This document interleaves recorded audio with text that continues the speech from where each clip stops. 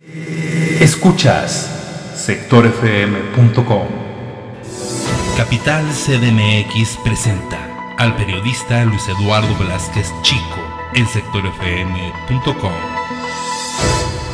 capitalcdmx.org, medio de comunicación alternativo 100% digital. Entérate de todo el panorama capitalino mediante columnas, notas, editoriales, reportajes. El mundo se ha vuelto digital, la información también. capitalcdmx.org, periodismo sin fines de lucro.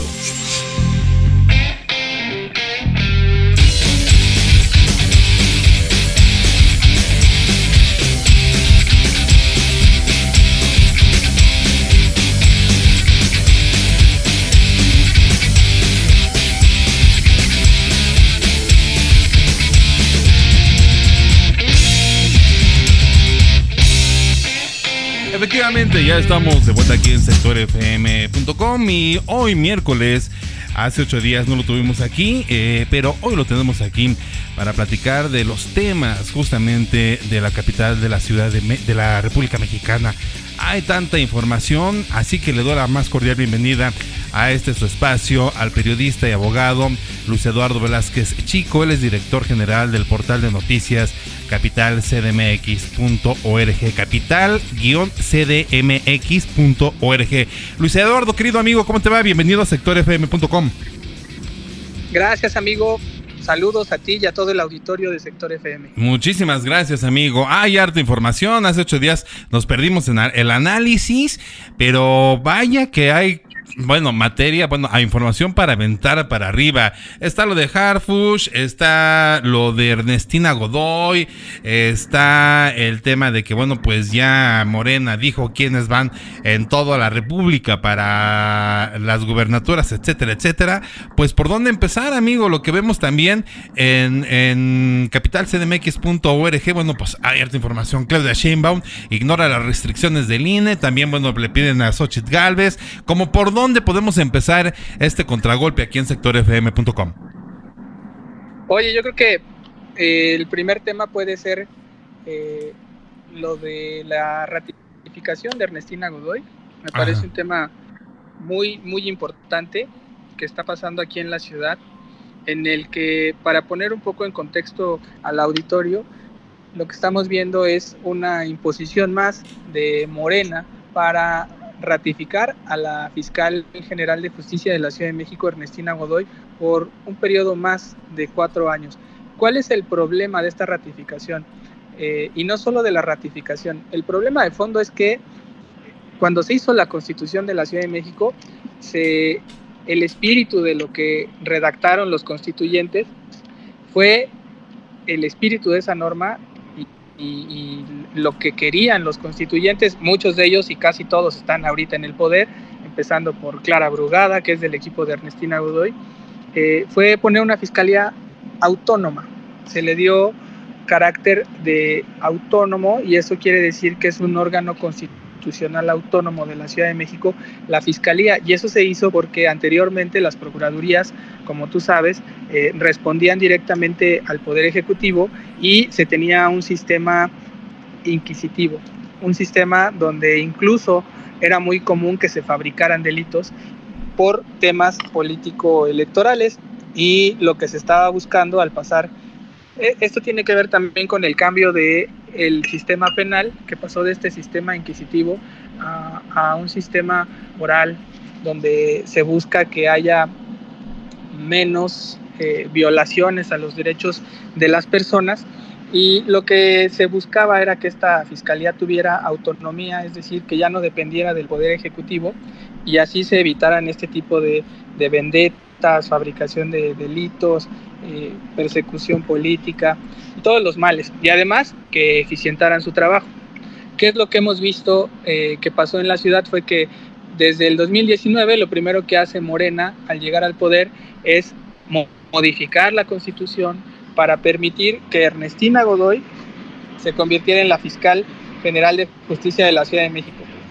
Utilizaron su mayoría, y ahí hay que decirlo, utilizaron una mayoría que fue unánime porque utilizaron su mayoría y utilizaron a los diputados de oposición, que en ese entonces confiaron en que iban a tener impunidad, y por hacer esos acuerdos tradicionales de la política en busca de impunidad, se atrevieron a modificar la Constitución para permitir que una diputada, porque Ernestina Godoy era diputada, para que una diputada, la Constitución prohibía que un diputado y diferentes funcionarios pudieran ocupar ese cargo, pero modificaron la Constitución para poner a Ernestina Godoy. ¿Qué ha pasado con Ernestina Godoy? Pues que convirtió la Fiscalía Autónoma en lo que se conoce como una fiscalía carnal, carnal del Poder Ejecutivo, en este caso de Claudia Sheinbaum, cuando gobernaba la ciudad, ahora de Martí Batres. Y lo que hemos visto en los últimos 4 años, en la primera gestión de Ernestina Godoy, es una fiscalía que mantiene los mismos niveles de impunidad, y no solo eso, sino que no es eficaz en su trabajo, y además de que no es eficaz en su trabajo, se ha dedicado solo a hacer una fábrica de delitos para perseguir a los opositores o a cualquier persona que a ellos les disguste o les desagrade, no solo de la oposición, sino de partidos. He tenido yo conocimiento de algunos diputados del mismo partido de Morena que dicen que la fiscal los ha llegado a amenazar de que les puede abrir una carpeta de investigación si no hacen tal o cual actividad, sobre todo cuando se hizo ese proceso de inicio, ¿no? De darle la oportunidad de ser la fiscal. Entonces imagínate el nivel de procuración de justicia que tenemos en la ciudad, y con esos antecedentes también volvieron a modificar la ley, otra vez volvieron a torcer la ley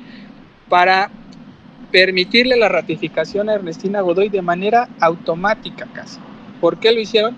Porque la Constitución y la ley orgánica la ley orgánica de la Fiscalía establecía que se tiene que instaurar un Consejo Judicial Ciudadano para que evaluara los mejores perfiles, que en la ciudad tenemos grandes abogados penalistas que podrían hacer un trabajo autónomo como fiscales, y esa oportunidad la vetaron, la negaron, y lo que hicieron fue modificar la ley para permitir que de un plumazo, casi en automático, Ernestina Godoy, con el simple hecho de alzar la mano y decir quiero ser ratificada, le dieran a ella la prioridad. Y eso es lo que ha pasado. Tenemos un Consejo Judicial Ciudadano que se instauró, un Consejo Judicial Ciudadano además que está totalmente vinculado al partido Morena, y lo único que hicieron fue de trámite entrevistar a Ernestina Godoy para ya notificarle al jefe de gobierno Martí Batres que ella cuenta con los requisitos para ser ratificada. Martí Batres en los próximos días estará enviando al Congreso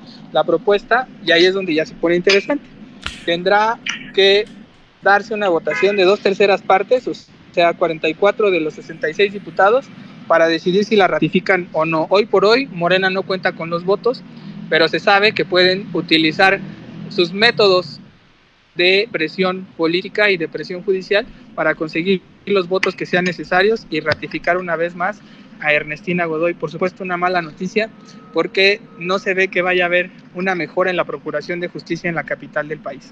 Bueno, pues en Ernestina Godoy, que llega tramposamente y sigue tramposamente, aparte súper coludida. Hay temas bien interesantes o muy puntuales en los que la Fiscalía de la Ciudad de México, digamos, está involucrada y de una manera impune. Está el caso de Alejandra Cuevas. Hay que recordar a Alejandra Cuevas, acusada por una Fiscalía General encabezada por Alejandro Hertz Manero, y acusada indebidamente a Alejandra Cuevas de haber cometido el asesinato en contra de Federico Hertz Manero, el hermano de Alejandro, cuando esta era esposa de Federico. Vaya, pasó casi 2 años esta mujer en prisión, más de 500 días, y la Fiscalía General de la Ciudad de México, bueno, pues mutis, o más bien complicidad con la Fiscalía General de la República en un tema bien personal. Y por otro lado también en lo que comentabas, ¿no? Esta persecución política, por ahí hay una persecución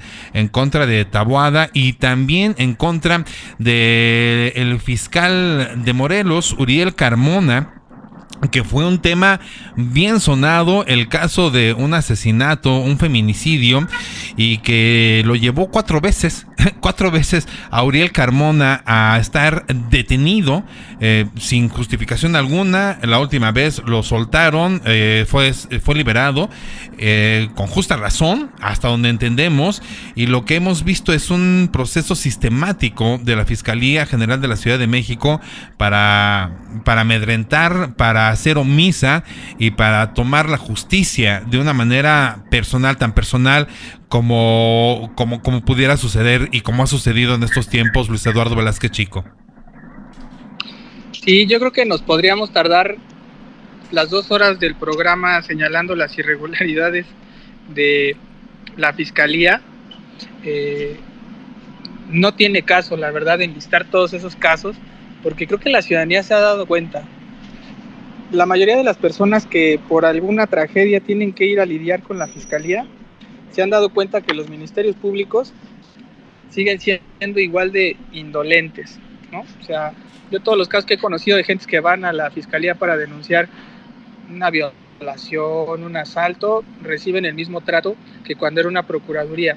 Y la fiscal hoy presume mucho que se reduce la impunidad. Pero si hacemos una revisión seria de los casos, vemos que muchos feminicidas están libres. Ahí está el caso también sonado de un directivo de Amazon. Ha habido muchos escándalos, es que hay un sinfín de escándalos con la fiscal.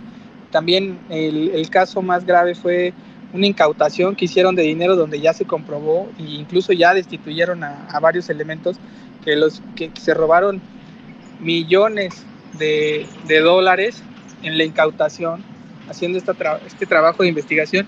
Y hay otro número importante de criminales que han sido liberados por la Fiscalía.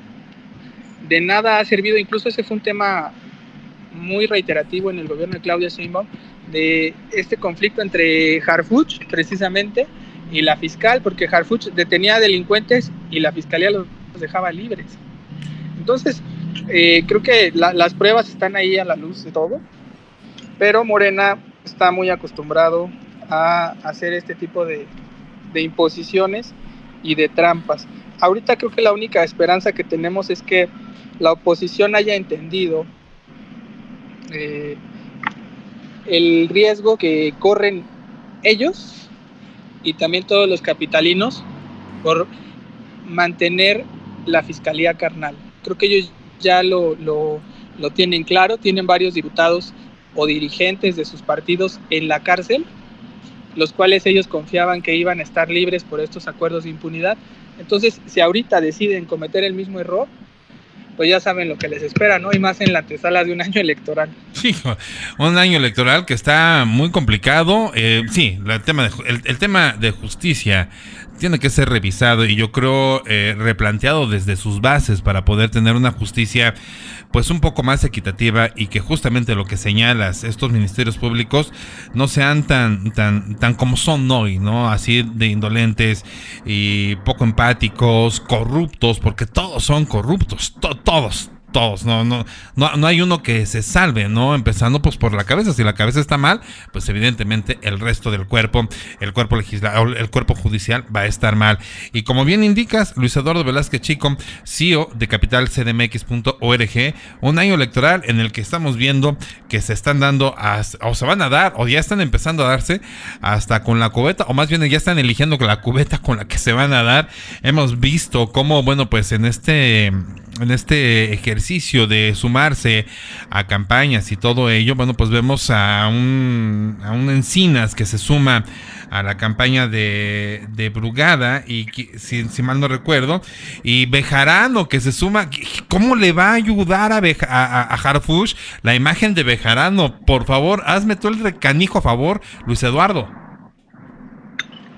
Sí, caray, fíjate que Morena está dejando ver estas alianzas con poderes fácticos del ramo inmobiliario, del transporte y también en el político, ¿no? Figuras como la de René Bejarano durante muchos años se consideraron un poder fáctico en la ciudad porque tenían una red muy amplia de operadores no solo en lo político, sino en lo judicial, en lo social, y esas ligas, esas manos, pues representaban un poder muy fuerte en la capital del país. Dicen actualmente René Bejarano no tiene militancia en Morena, y además de que no tiene militancia en Morena, ya no tiene este grupo que tenía anteriormente en el PRD, donde acumulaba toda esta fuerza, donde tenía diputados, tenía delegados, tenía mucho poder. Y ahora se ha mantenido al margen en esta simulación que se dice.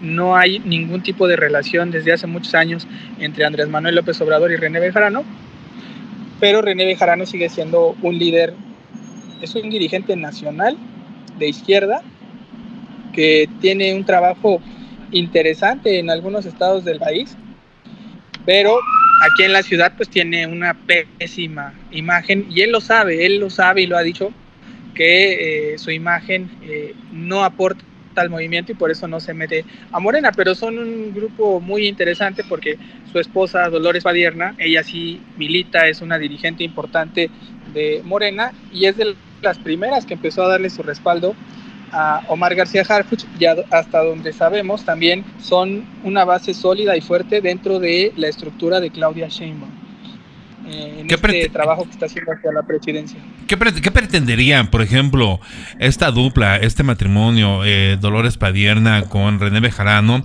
el sumarse a la candidatura a la posible o a la virtual candidatura de Omar García Harfuch? ¿Qué pretenderían si Omar llegase a ser jefe de gobierno? ¿Ellos qué serían? ¿Senadores? ¿Estuvieran cerca de la Secretaría de Gobierno? ¿O como por dónde los ves que pudieran tener un poco más de poder? Me imagino que evidentemente lo que están buscando es perpetuarse en posturas políticas importantes y de poder, con miras justamente a que más adelante tal vez Dolores Padierna, con toda la mala imagen que todavía tiene, me imagino, pudiera aspirar a ser jefa de gobierno en elecciones más adelante. Luis Eduardo. Fíjate que ya son dirigentes grandes, tanto Dolores como René Bejarano. Ya hay un cambio generacional. Yo veo que difícilmente pudieran ocupar algún otro cargo. Dolores Padierna sí, quizá algún espacio legislativo, pero siento que ellos más bien lo que están buscando es recuperar el poder que han tenido aquí en la Ciudad de México, aunque ya no, con cuadros que ya no les son tan leales, porque gran parte de los funcionarios que hoy están en el poder nacieron y fueron formados por René Bejarano y por Dolores Padierna. A lo mejor ahorita ya no se coordinan directamente como lo hacían antes, pero son sus hechuras. Y como dicen, donde hubo fuego, cenizas quedan. Y esas cenizas están ahí muy bien repartidas, y aunque muchos dicen que ya no tienen nada que ver con ellos, la verdad es que les tienen mucho respeto, porque hay que decirlo también, son buenos dirigentes en la parte política, muy trabajadores en el tema territorial, y sí tienen una convicción de izquierda, una izquierda muy radical, que quizá no nos puede gustar a todos, pero sí tienen ellos ese trabajo, ¿no? Lo han hecho desde 1985, imagínate, y tuvieron mucho poder, y lo siguen teniendo hacia adentro de la conformación de Morena. Entonces, yo creo que ellos más bien van a buscar ya trascender como dirigentes nacionales, aprovechando la llegada de Andrés Manuel López Obrador a la presidencia de la República, y mantener el control en todas las estructuras de poder. Y obviamente la Ciudad de México les interesa muchísimo. Y Omar García Harfuch es un personaje que, si bien viene de la élite del poder, no cuenta con ningún tipo de estructura política, y pues para eso se pintan ellos solitos, ¿no? Para ofrecerle esa estructura. Y quizá, si por lo que se ve, además algo a mí que me llamó la atención fue que Omar García Harfuch lo tuviera en un evento público y lo saludara, porque anteriormente quienes buscaban ese cargo sí tenían acuerdos con René Bejarano, pero eran en lo oscurito, no se veían públicamente. Y René Bejarano aquí sí salió públicamente y dijo: Harfuch es la mejor propuesta, y Harfuch también, gracias profesor, ¿no? Lo saluda y lo asume públicamente. Hay que ver qué costo político puede tener eso para Harfuch en la ciudad, porque René Bejarano tiene una muy mala imagen por lo de los videoescándalos. Él dice que ya purgó su condena, que no se le comprobó nada ilegal y por eso él ha intentado reaparecer en la política, pero él sabe que los capitalinos son muy duros en esa parte de juzgar, ¿no? De los juicios, en algunos casos, ¿no? En otros tienen muy poca memoria, pero en algunos casos como el de él, sí, su carrera política pública quedó sepultada. Él lo sabe, él es consciente, él siempre lo ha dicho, pero no es la primera vez, ya van muchos años en los que él amaga con que se inscribe como diputado, en el PRD lo hizo varias veces y nada más eran como que buscapiés. Yo creo que él en el fondo sabe que quedó vetado para la política, pero es un animal político que le interesa y tiene mucho poder y él sigue trabajando desde su esfera, digamos, externa a Morena, pero ahí sigue con muchos brazos de operación y es parte fundamental de esta cuarta transformación. Entonces yo creo que esta pareja, porque además es una pareja que unida es más fuerte, pero en lo individual los dos tienen su liderazgo y sus cuadros, ¿no? Pues vamos a ver hasta dónde logran posicionarse y qué tanto pueden beneficiar a Omar García Harfuch. Pues no solamente René Bejarano salió a decir que él es el bueno, sino, bueno, pues atentamente leemos lo que ha publicado Alberto Cuenca en Capital CDMX y narra Alberto Cuenca el día de ayer en una nota en Capital CDMX el espaldarazo que le proporcionó Pablo Vázquez, el actual secretario de Seguridad Ciudadana, en el pleno del Congreso de la Ciudad de México. Entonces, pues esa exposición, pues ni Obama la tiene, ¿no? Tomando en cuenta lo que se dijo y entendiendo a Obama como Clara Brugada, que a pesar de que suma a Encinas, bueno, pues ella no tiene este espaldarazo tan contundente de estas estructuras políticas como las tiene hoy en día Omar García Harfuch. Sí, mira, yo haría un símil ahí con el tema del fútbol. El fútbol se gana con goles, las elecciones se ganan con votos. ¿Quiénes aportan más votos en este proceso, tanto interno como externo? Y lo que vemos es que a Clara Brugada la está respaldando un pequeño grupo de militantes de la izquierda, una izquierda histórica, pero que se ha vuelto una izquierda testimonial, que no aporta votos porque no trabaja en territorio y que tienen cierto peso en la parte política, orgánica, intelectual, ahí de discusión política, ¿no? De conversación de la izquierda, pero ya cuando lo sacas a la cancha a buscar votos, pues regresan, si acaso, con el voto de sus hijos y de su esposa, pero no más, ¿no? En cambio, los actores que está sumando Omar García Harfuch, pues sí te van a rellenar las urnas. Esa es la gran diferencia que se está dando ahí y que además ya son personajes pragmáticos, ¿no? Comparar a Alejandro Encinas, es un referente en la izquierda, pero en la parte ideológica, y hasta ahí se limita su papel. No tiene una gran estructura ni votación, o sea, su equipo es un equipo compacto, histórico en la parte de la militancia política de la izquierda, pero hasta ahí, ¿no? Aunque sí vemos algunos poderes fácticos ahí que se están dividiendo, porque por ejemplo, de la comunidad judía y del poder inmobiliario, hemos visto que Salvador Daniel, que está en la ADI, fue quien respaldó a Omar García Harfuch. Y cuando suman a Alejandro Encinas ahí a apoyar a Clara Brugada, estuvo Elvira Daniel, que es la hermana, ¿no? O sea, son parte de la familia. Entonces vemos un poder fáctico de la ciudad, que es el poder inmobiliario, dividido, ¿no? Unos apoyando a Clara, otros apoyando a Harfuch, como para ver quién queda. Pero así es como se están acomodando ahorita las cosas, aunque es muy evidente ya que hay una cargada a favor de García Harfuch. También ayer sumó a su estructura a transportistas, ¿no? A figuras como esta, como la de Ruano, que son líderes del transporte, también con muy mala imagen, pero que son los líderes que tienen la mayor capacidad territorial aquí en la ciudad, tanto de taxistas como de transporte público concesionado, ¿no? Los micros, los camiones, esos que no han podido acabar en la ciudad, se debe a ese señor, ¿no? Pero esos son los que están apoyando a Harfuch. Y también lo vimos con toda la base sindical de la Ciudad de México, también ya todos los liderazgos de los sindicatos del gobierno de la Ciudad de México, pues ya ofrecieron su respaldo a Omar García Harfuch, y así es como estamos viendo pues ya a una Clara Brugada que solo está dando pataleos, pero ya cada vez más disminuida, y seguramente pues le dirán que se registre el 31 de octubre y a más tardar el 1 de noviembre como candidata al Senado, o si no se va a quedar sin nada en este proceso de Morena. Pues se mueven las piezas dentro de Morena y la oposición. Ayer en tu programa, ayer le preguntabas a Víctor Hugo Lobo Román, le preguntabas si la oposición, ¿qué onda, no? ¿Se está tomando su tiempo o dónde están y todo el rollo? Porque parece una oposición, como lo veíamos en el nivel federal, en nivel local, en Ciudad de México, pues totalmente desdibujada, Luis Eduardo Velázquez Chico.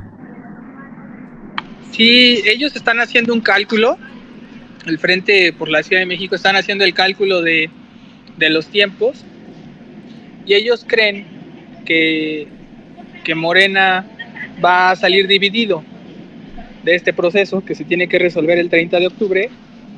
El plazo de registro en la ciudad tiene que ser el 5 de noviembre, ¿no? A más tardar ya empezar a definir un método, ya todo este proceso interno de los partidos.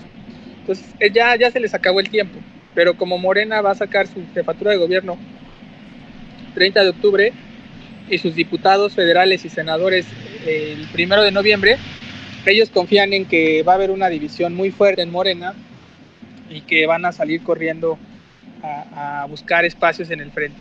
Pero yo siento que es una estrategia errónea, porque estos liderazgos que no encuentren un lugar en Morena, menos lo van a encontrar en el frente, porque en el frente tú dijeras, no, bueno, es que tienen todos los espacios abiertos, y no, como tienen una expectativa muy alta de triunfo, todos los buenos lugares ya los tienen ocupados, se los están hasta peleando entre ellos, ¿no? O sea, ahí está Lobo que en la entrevista nos decía, yo voy a buscar la jefatura de gobierno, que hizo todo un pleito porque lo andaban dejando fuera de este proceso interno que supuestamente van a hacer, que la verdad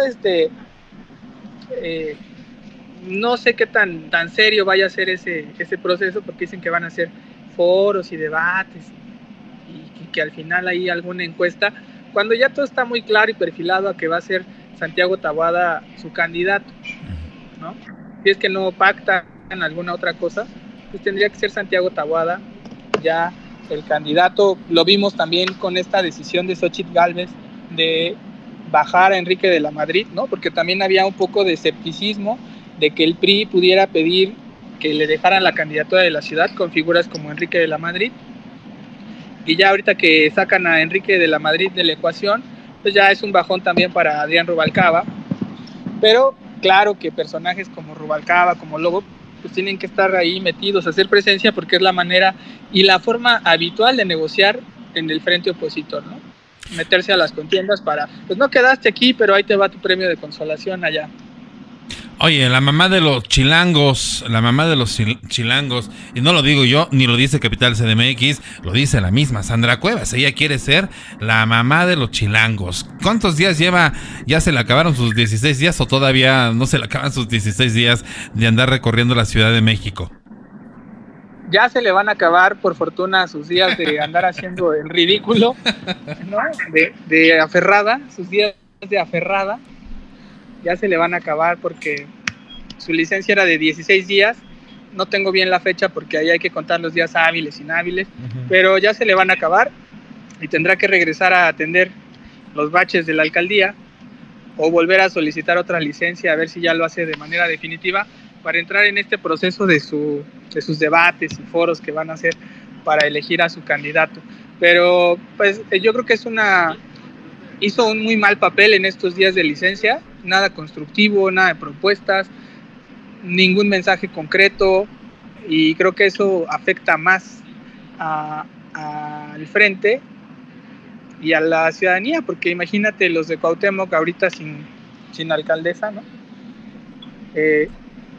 Y eso es lo que estamos viendo, un escándalo tras escándalo, y creo que lo único que logró Sandra Cuevas en estos días fue, y en lo que se va a tener que entretener es en recuperar sus motos que le decomisó el gobierno de la Ciudad de México. Qué cosa, pues, amigo. Oye, antes de terminar esta participación de Contragolpe contigo, Luis Eduardo Velázquez Chico, preguntarte tu opinión sobre el tema de los fideicomisos que están propuestos para desaparecer en el Poder Judicial. Se ha dicho que estos fideicomisos, que estaban 13 fideicomisos que van a desaparecer, que se destinan al Poder Judicial,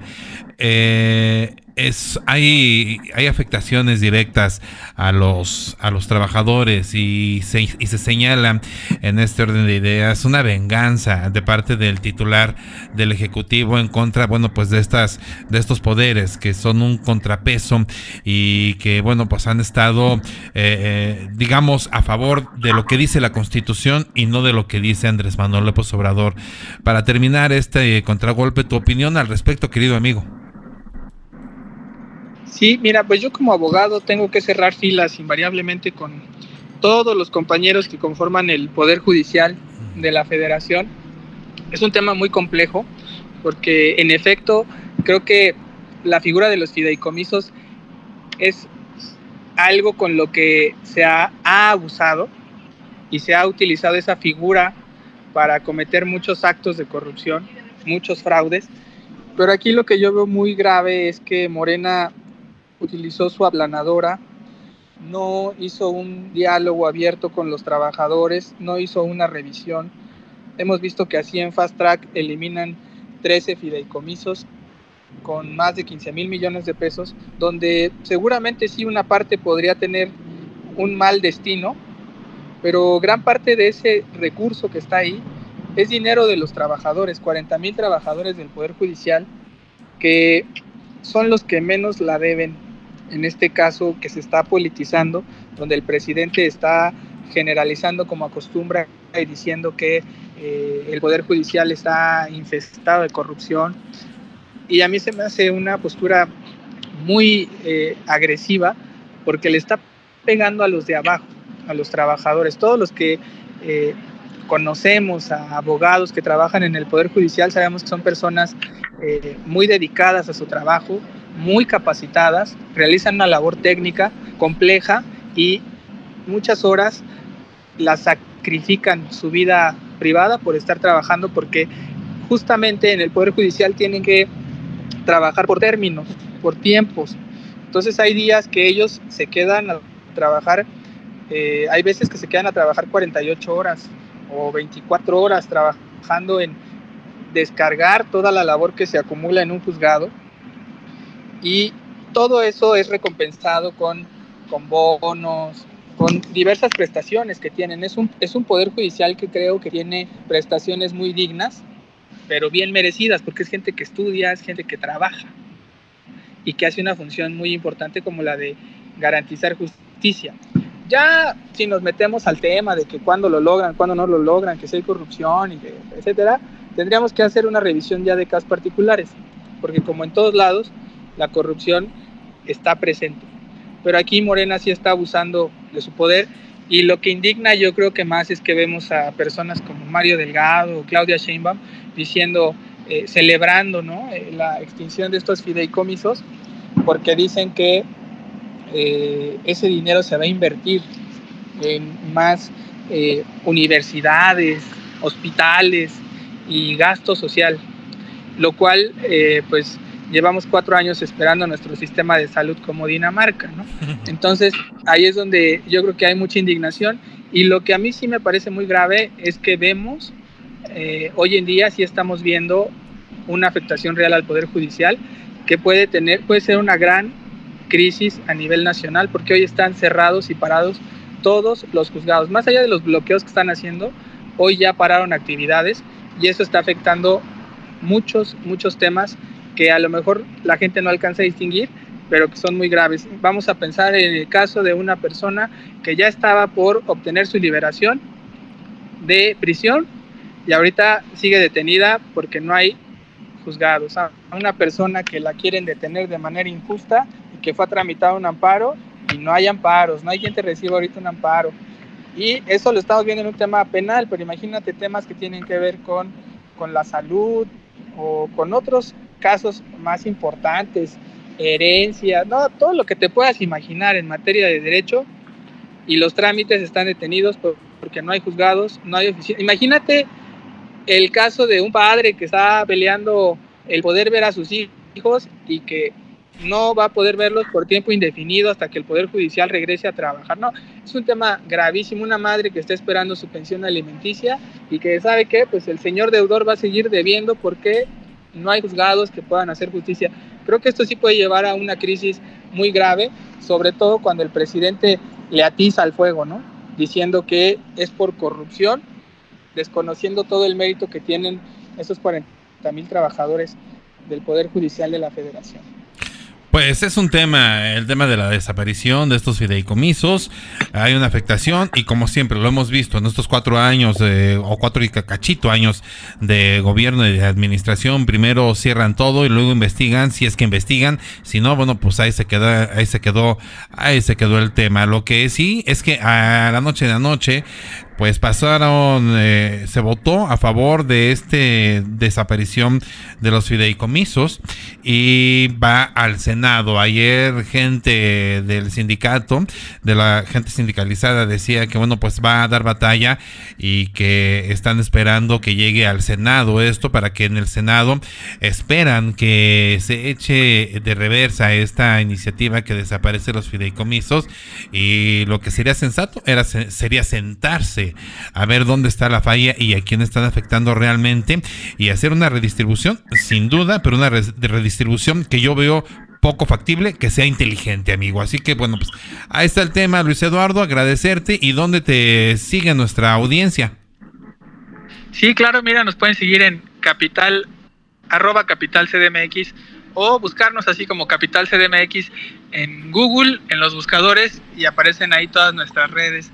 Y nos pueden leer, si tienen ese tiempo, en capital-medio-cdmx.org. Pues ahí está, seguirte también en el chat de WhatsApp, que está buenísimo, ahí están muy digeridas las notas y la verdad es que está súper bueno. Amigo, también de invitarlos a que te vean todos los lunes a las 10 de la mañana, platícame. Sí, a las 10 de la mañana nos pueden encontrar ahí en el programa en vivo de CDMX 2024, ahí nos pueden estar siguiendo cada semana con una buena descripción y análisis de lo que está pasando en materia electoral en la Ciudad de México, y la mayoría de las veces siempre con buenos entrevistados. Pues enhorabuena para ti, para el resto del equipo de Capital CDMX, para Alberto Cuenca, que está siempre contigo. Un fuerte abrazo a todos, amigo, y aquí seguiremos hablando de estos y más temas en la manera de futuro. En vía de mientras, que tengas la mejor de las noches, mi queridísimo Luis Eduardo, y estamos en contacto. Gracias, estimado Gerardo, y un abrazo y buenas noches a todos en Sector FM. Muy buenas noches, es sectorfm.com, seguimos con más. Capital CDMX presentó capitalcdmx.org, medio de comunicación alternativo 100% digital. Entérate de todo el panorama capitalino mediante columnas, notas, editoriales, reportajes. El mundo se ha vuelto digital, la información también. capitalcdmx.org, periodismo sin fines de lucro. Identidad auditiva. sectorfm.com, en sus propias palabras. En sectorfm.com es momento para Master Mix. Más de una hora de música mezclada con lo más in de las esencias bailables. Master Mix. Viernes y sábado, 8 de la noche. Master Mix en sectorfm.com. sectorfm.com, en sus propias palabras. Es rock. de la A a la Z.